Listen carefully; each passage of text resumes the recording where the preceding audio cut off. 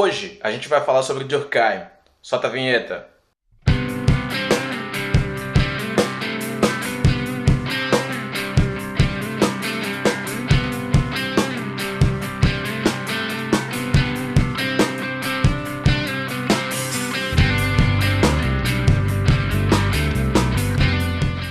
Émile Durkheim nasceu em 1858 na França, vindo de uma família de judeus fervorosos. Tanto é que seu pai, seu avô e seu bisavô foram rabinos. Durkheim foi um dos pensadores que mais contribuiu para a consolidação da sociologia como ciência empírica e para sua instauração no meio acadêmico, tornando-se o primeiro professor universitário dessa disciplina. Vamos falar um pouquinho mais sobre Durkheim? Se liga só. Pensador metódico e criativo, deixou um considerável número de herdeiros intelectuais. O sociólogo francês viveu numa Europa conturbada por guerras e em vias de modernização, e sua produção reflete a tensão entre os valores e instituições que estavam sendo corroídos e formas emergentes, cujo perfil ainda não se encontrava totalmente configurado. As referências que situam seu pensamento são a Revolução Francesa e a Revolução Industrial, por um lado, aliado, por outro, a uma efervescência de ideias que impregnavam o pensamento filosófico que via sendo formado, principalmente com Saint-Simon e Comte. A teoria durkheimiana salienta-se a crença de que a humanidade avança gradualmente, governada por uma força inexorável, a lei do progresso. Esse princípio de tradição iluminista foi compartilhado por quase todos os autores do século XIX. Era necessário, portanto, criar um novo sistema científico que superasse o anterior, destruído pelas ideias da Revolução Francesa, e que se harmonizasse com as mudanças que se tornavam cada vez mais presentes, tais como o industrialismo. O industrialismo impunha-se como marca decisiva da sociedade moderna. Por outro lado, difundia-se a ideia de que a vida coletiva não era mais somente uma imagem ampliada da vida individual, mas um ser distinto, complexo e irredutível às partes que o formam.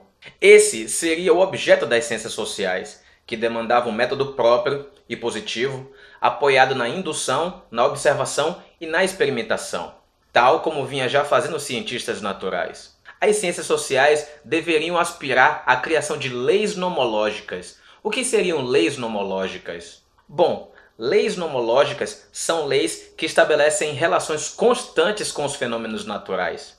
Influenciado também pelo racionalismo kantiano de um lado e por outro pelo darwinismo, suas teorias não faz eco somente às pessoas que o influenciaram. Pelo contrário, Durkheim ele quase sempre contesta algumas tendências que foram dominantes em sua época, tais como o pensamento de Herbert Spencer e seu individualismo utilitarista, para quem a cooperação é um resultado espontâneo das ações dos indivíduos, visando atender interesses particulares. Durkheim via na ciência social a expressão da consciência racional das sociedades modernas, mas não excluía o diálogo com a história, a economia e a psicologia, embora apontasse o limite de cada uma das disciplinas no que tange à explicação dos fatos sociais. Para Durkheim, a sociologia poderia ser entendida como a ciência das instituições, da sua gênese e do seu funcionamento, ou seja, de toda a crença e de todo o comportamento instituído pela coletividade. No início de sua produção intelectual, fortemente influenciado pelo positivismo,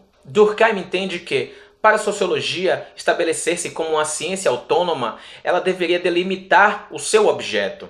E para Durkheim, esse objeto seria o fato social. Entende-se como fato social uma maneira de agir, fixa ou não, suscetível de exercer sobre os indivíduos certa coerção, ou ainda que é geral na extensão de uma sociedade dada, apresentando uma existência própria, independente das manifestações individuais que possa ter. Ou seja, as maneiras de agir, pensar e sentir que são exteriores ao indivíduo, dotadas de um poder de coerção do qual se lhe impõem. Ou ainda, maneiras de fazer e pensar que são reconhecíveis pela capacidade de exercer uma ação coercitiva sobre as partes. O fato social é dotado de vida própria, externo aos membros da sociedade, e que exerce sobre seus corações e mentes uma autoridade que os leva a agir, a pensar e a sentir de certa maneira. É por isso que o reino social ele está sujeito a leis específicas e necessita de um método próprio para ser reconhecido, diferentemente do reino psicológico, que pode ser entendido através da introspecção. A sociedade não é uma soma de pessoas ou uma justa posição de suas consciências. A sociedade não é uma soma, mas uma síntese, e por isso ela não se encontra em cada um desses elementos. Assim como os diferentes aspectos da vida social não se encontram decompostos em átomos contidos na célula. A vida, portanto, está no todo, não nas partes. O grupo, portanto, possui uma mentalidade que não é a mesma da dos indivíduos. Assim, um pensamento encontrado em todas as consciências particulares ou um movimento que se repete não necessariamente é um fato social, mas suas encarnações individuais. Os fenômenos que constituem a sociedade têm sua origem na coletividade e não em cada um de seus participantes.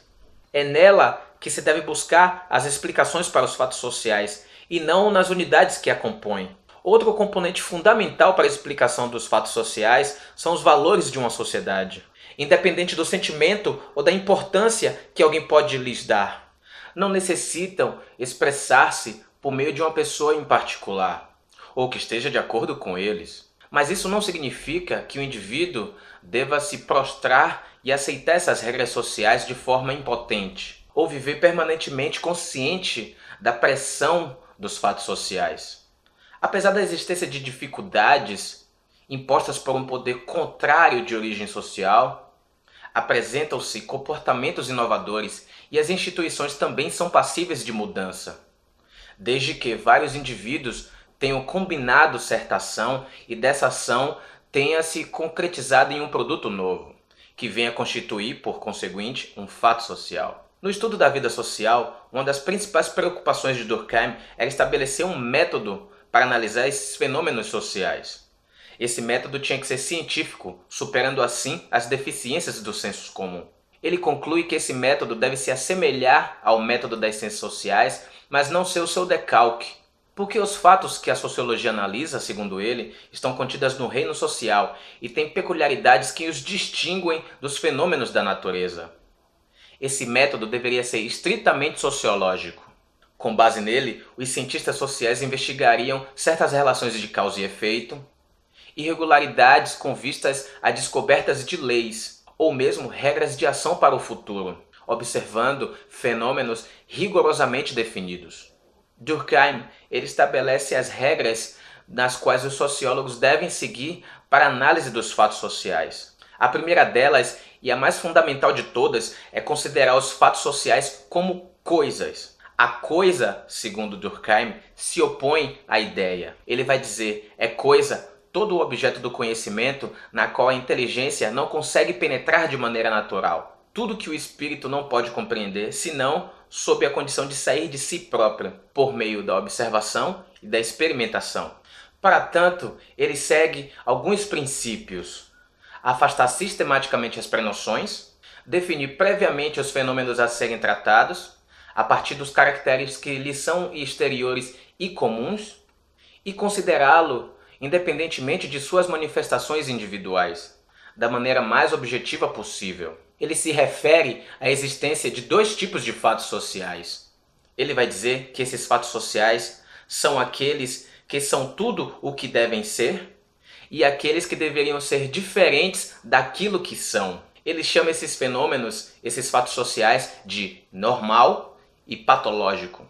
Para Durkheim, o fato normal ele teria estreita ligação com a generalidade, sendo um fenômeno que seria encontrado em todas as sociedades e em todas as épocas. Ele vai dar como um exemplo de um fato normal o crime. Ele vai dizer que o crime é um fato normal porque ele se encontra em todas as sociedades e em todas as épocas, sendo a falta de uma sociedade ou a existência de uma sociedade sem crime um fato que ele chamaria de patológico, um fato anormal. Entretanto, a normalidade e a patologia deveriam ser analisadas em momentos diferentes da história. Conhecida a divisão dos fatos sociais em normal e patológico, é necessário que se identifique a que espécie social determinado fato social. Dito de outro modo, resta, portanto, identificar a constituição de tipos sociais. Bom, Essa é só uma primeira parte da sociologia de Durkheim. Hoje a gente tratou em específico sobre os fatos sociais, mas vamos dar uma lembrada? Saca só! Émile Durkheim foi um dos pensadores que mais contribuiu para a consolidação da sociologia como ciência empírica e para sua instauração no meio acadêmico, tornando-se o primeiro professor universitário dessa disciplina.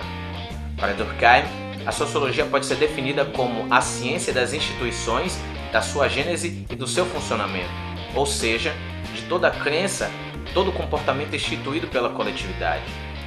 Fortemente influenciado pelo positivismo, Durkheim entende que, para a sociologia tornar-se uma ciência autônoma, ela precisa delimitar seu próprio objeto, e esse objeto são os fatos sociais. O que são fatos sociais? São maneiras de fazer ou de pensar reconhecíveis pela particularidade de serem suscetíveis de exercer influência coercitiva sobre as consciências particulares. O fato social é dotado de vida própria, externa aos membros da sociedade, e que exerce sobre seus corações e mentes uma autoridade que os leva a agir, a pensar e a sentir de determinadas maneiras. Durkheim estabelece regras que os sociólogos devem seguir na observação dos fatos sociais. O sociólogo deve, portanto, ter atitude mental e comportar-se diante dos fatos da mesma maneira que o faria qualquer cientista. Por isso é que uma das bases da objetividade de uma ciência da sociedade teria que ser, necessariamente, a disposição do cientista social a colocar-se num estado de espírito semelhante ao dos físicos, químicos e fisiologistas. Durkheim refere-se à existência de dois tipos de fato social, o fato normal e o fato patológico.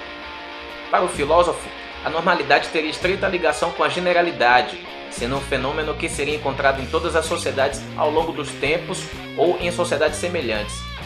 O crime, por exemplo, seria um fenômeno encontrado em todas as sociedades ao longo dos tempos, sendo a inexistência do crime um fenômeno considerado anormal. Conhecida a divisão dos fatos sociais em normais e patológicos, é necessário que se identifique a que espécie social pertence determinado fato social objeto de um estudo. Dito de outro modo, resta identificar a constituição dos diversos tipos sociais. É isso, galera! Hoje a gente tratou de fato social. Se você gostou do conteúdo, clica no like, se inscreve no canal e veja os próximos vídeos, beleza?